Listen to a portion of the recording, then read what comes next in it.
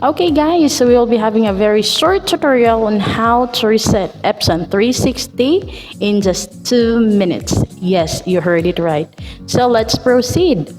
So of course, we need to open your resetter or the folder of your resetter. So if you don't have a resetter yet, don't worry. I will be giving you a link in the description box so that you can just click it.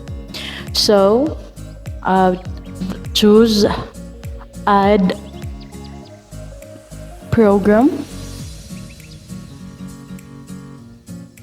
and so after that you select the model name L360.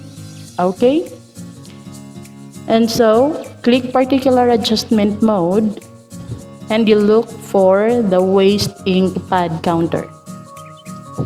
Clicking that, it will lead you to the waste ink pad counter box or dialog box. So we will check the counter and it's 100%. So we will be initializing it. So of course, do not forget to click main pad counter and then initialize. Then click OK. Alright, and let's check it again if it has initialized. Before we check if it is successful, of course you have to turn off the printer. After that, turn it on again. You just have to follow the direction prompted on your screen. So we'll just wait for that. Okay, so